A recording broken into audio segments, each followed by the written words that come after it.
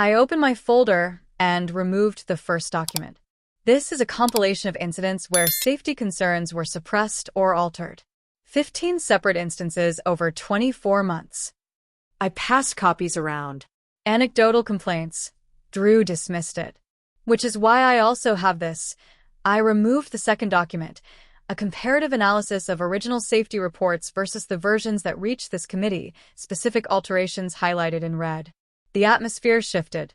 Even if these discrepancies exist, Drew countered, they may simply represent different interpretations. Filter is an interesting choice of word, I said. I stood up and connected my tablet to the large screen, playing the video of the accelerated stability test. The room watched in silence as the original formula's container visibly distorted. This isn't about interpretation, I said. This is physics and chemistry. One test doesn't. Drew started. We ran it 17 times. I interrupted. Same results every time. The independent lab. Drew began. Didn't test for the specific degradation pathway I identified. I completed his sentence. Their protocol was designed to miss the problem. You're implying something? I'm not implying, I said calmly. I'm stating directly that you commissioned a deliberately inadequate test to undermine my findings and protect Vince. Murmurs rippled around the table. This is absurd. Drew snapped. I believe Madeline has more to present, Leonard said. I nodded, reaching for the third document. What concerns me most isn't just the XL5 issue. It's the pattern. 7 employees have left the division in the past year after raising technical objections. 3 more were demoted. The conference room door opened. Tanya walked in, professional and composed. Behind her came Raj, then 3 other former employees I recognized. Drew half rose from his chair. This is highly irregular. Who authorized? I did, Leonard said quietly. Please continue, Madeline. These former employees have provided sworn statements describing systematic retaliation, I explained. But more importantly, they've revealed a financial incentive structure tied to pushing products through regardless of risk. Drew's face drained of color. The third document in your hands, I continued, details how certain executives received substantial bonuses for each product launched. Bonuses that weren't contingent on product safety, only on launch dates. All eyes turned to Drew. This creates an inherent conflict of interest, I said. When the same people who benefit financially from rapid launches also have the power to silence safety concerns, we've created a system designed to fail. This is nothing but an ambitious power play. Drew rallied. Madeline orchestrated Vince's downfall to position herself for promotion. Tanya stepped forward. Actually, I hadn't spoken to Madeline in over a year before she called me this weekend. I came forward because she was the first person with enough courage to challenge the culture you created. Leonard rose. I've reviewed all the evidence. The facts are unambiguous. He looked directly at Drew. This company will not prioritize speed over safety. Not now, not ever. By the time we adjourned, a new safety oversight committee had been formed, Drew had been placed on administrative leave, and I had been confirmed as the permanent director of the chemical division. The following week brought seismic changes. Drew resigned. Vince's termination was announced via company-wide email. 3 of their closest allies requested transfers. But the most satisfying moment came 3 weeks later. A maintenance worker knocked on my office door. Excuse me, Director Reeves. We're reconfiguring some office spaces, Mr. Harlow's former office and Mr. Lansing's suite. I accompanied him. Vince's old office was being packed up. What's happening to this space? I asked. Converting it to the new Safety Oversight Committee headquarters, the worker said. And Mr. Lansing's corner office is becoming a shared workspace for the technical review team. I stood there, looking at the hollowed-out shell of Vince's domain. The bathroom humiliation had been his attempt to break me. Instead, it had become the catalyst for his downfall and for meaningful change. 6 months later, our division received company-wide recognition for the successful and safe launch of XL5. At the celebration, I caught sight of Tanya at the back of the room, now heading our new independent review panel. She gave me a subtle nod. My revenge wasn't in destroying Vince. It was in exposing the broken system and rebuilding it into something better. After Pavel left, I sat motionless. The temporary victory now seemed hollow. The real power players were moving against me. I thought about resigning. It would be easier. But then I thought about the bathroom floor, about the yellow gloves and the mop, about colleagues watching in silence, about Tanya and Raj. No, running wasn't an option. That evening, I stayed late, alone in my office, formulating a plan. If Drew and his allies wanted a war, I would give them one. But on my terms. The next morning, I made 2 phone calls. The first was to Leonard Graves, requesting an emergency meeting of the full executive committee. The second was to someone outside the company. "Hello," a woman's voice answered. "Tanya? It's Madeline Reeves." There was a long pause. "Madeline, I heard you're running the division now." "Temporarily," I said. "And I need your help." Another pause. "Why would I help the company that pushed me out?"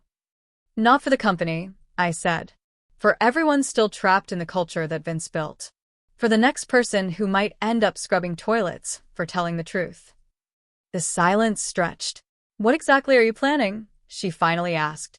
I looked down at the notes I'd been making all night, a strategy that would either save the division or end my career permanently. "Something nobody will see coming," I replied. "Something that will change everything."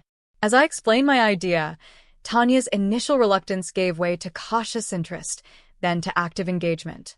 By Monday morning, I was exhausted but ready. At 1:55 p.m., I stood outside the executive conference room, a slim folder in my hand. "Ready." Leonard appeared beside me. I nodded. "Once we go through that door, there's no turning back." "I know," he held my gaze. "Let's change this company. Together." We walked into the lion's den. Drew Lansing sat at the far end. "Madeline," he said, voice dripping with artificial warmth. "We're so pleased you could join us." "Thank you for accommodating the meeting request," I said. Leonard settled at the head of the table. "I've called this emergency session to address concerns regarding the XL5 project." Drew leaned forward. Yes, about that. "I've received troubling information suggesting the production delay may have been unnecessary." He slid glossy reports toward each committee member. "Our independent analysis indicates the original formula showed acceptable stability." I didn't touch the report. "Before we discuss XL5, I said, I'd like to address a more fundamental issue. For the past 2 years, our division has operated under a culture of intimidation that has compromised our scientific integrity." "That's a serious allegation," said Helena from marketing. "It is," I agreed. "And I have evidence. My daughter works in a facility that would use XL5. If that unstable formula had gone to market." He shook his head. "Some things matter more than keeping your head down." The thick scent of bleach burned my nostrils as I scrubbed the toilet bowl, my knees aching against the cold tile floor. Laughter echoed from the doorway, where Vince leaned casually against the frame, arms crossed over his expensive tailored shirt, watching me with undisguised satisfaction. "Make sure you get under the rim, Madeline. That's where all the nasty stuff hides." His voice carried that particular tone he reserved for moments like this, honey-coated venom. Behind him stood at least 15 of my colleagues, some averting their eyes in embarrassment, others watching with morbid fascination. Nobody stepped forward. Nobody objected. The silence in that executive bathroom was broken only by the harsh sound of bristles against porcelain and the occasional quiet chuckle from Vince. "Maybe this will teach you respect," he sneered, handing me a mop for the floors. 15 years in chemical engineering and you still haven't learned when to keep your concerns to yourself." I said nothing, focusing on the task, ignoring the burn of humiliation that crawled up my neck. My laboratory coat had been replaced with yellow rubber gloves that reached my elbows, my data reports exchanged for cleaning supplies. "The division review is tomorrow," Vince continued, addressing the onlookers as much as me. "And we're going to present our findings without Madeline's catastrophizing. The XL5 compound is stable." End of discussion. The crowd shuffled nervously. They knew what I knew, that the compound wasn't stable beyond 30 days, that it would break down once it reached the warehouses, that it could harm people. But they also knew what had happened to the last person who had crossed Vince too many times. Just following orders, I murmured, loud enough for only Vince to hear, as I moved to the sink. His eyes narrowed. What was that? I looked up, meeting his gaze directly. Nothing important. Just like my test results, apparently. The vein in his temple throbbed visibly. This is why you're scrubbing toilets instead of. The bathroom door swung open, cutting him off mid-sentence. Leonard Graves, the CEO, stood in the doorway, tall, imposing, with silver-streaked dark hair and eyes that missed nothing. The crowd parted instantly. What's happening here? Leonard asked, his gaze moving from the crowd to Vince, then landing on me, still kneeling, gloved hands dripping with cleaning solution. Vince recovered quickly, his expression morphing into practiced concern. Just demonstrating proper workplace hierarchy, he answered with artificial sweetness, gesturing at me. Madeline has been causing problems with the XL5 project, spreading unnecessary panic about stability issues that don't exist. Leonard's eyebrows rose slightly as he looked at me. Is that right? Something inside me, something that had been crumbling under months of systematic undermining, suddenly hardened. I rose to my feet, peeled off one glove, and extended my hand to the CEO. Madeline Reeves, sir. Senior chemical analyst. I held his gaze steadily. I've discovered that the XL5 industrial solvent becomes unstable after 30 days at standard warehouse temperatures, exactly when it would reach customer facilities. The compound breaks down, creating pressure that can rupture containers when they're opened. The bathroom fell deadly silent. The production run is scheduled for tomorrow, I continued, and I've been arguing that we need to adjust the formula before proceeding. I have 3 viable alternatives that would prevent this degradation without delaying production. Vince's face contorted with fury. She's exaggerating for attention. I can prove it with a simple acceleration test, I interrupted. We can simulate 30 days of degradation in 2 hours by elevating the temperature. Leonard studied my face carefully. Everyone except Madeline and Vince out. Now. The crowd scattered instantly, several practically sprinted away. My name is Madeline Reeves. For 15 years, I dedicated myself to chemical engineering, specifically developing industrial compounds that were both effective and safe. I'd risen through the ranks on merit, becoming the most senior analyst at one of the country's largest chemical manufacturers. My innovations had saved the company millions and prevented countless workplace accidents. Then Vince Harlow arrived. He'd been brought in as division director 2 years ago, an outsider with an MBA and connections to board members, but limited technical knowledge. From day one, he made it clear that he viewed the research team as obstacles rather than assets. We were speed bumps on his highway to the executive suite. We need to move faster, became his mantra. The competition isn't waiting for perfect, they're shipping now. Initially, I tried to work within his new system. I streamlined my testing protocols, found efficiencies in the research pipeline. But then came the XL5 project, a new industrial solvent meant to replace our aging flagship product. The pressure to launch was immense, with major contracts hanging in the balance. 6 weeks before launch, my team noticed something concerning. At standard temperature, the compound began breaking down after approximately 30 days. The degradation created pressure inside sealed containers, pressure that could cause rupturing when opened. We need to adjust the stabilizing agent, I explained during a production meeting, spreading out the test results for everyone to see. The current mix becomes reactive over time.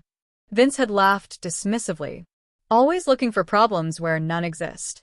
He patted my shoulder condescendingly. 15 years in this industry, and still so nervous about every little thing. This isn't nervousness, I'd insisted. This is physics and chemistry. Look at the data. His expression had darkened.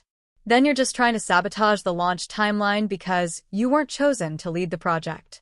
That accusation had stunned me into momentary silence, long enough for him to move on to the next agenda item, as though the matter was settled.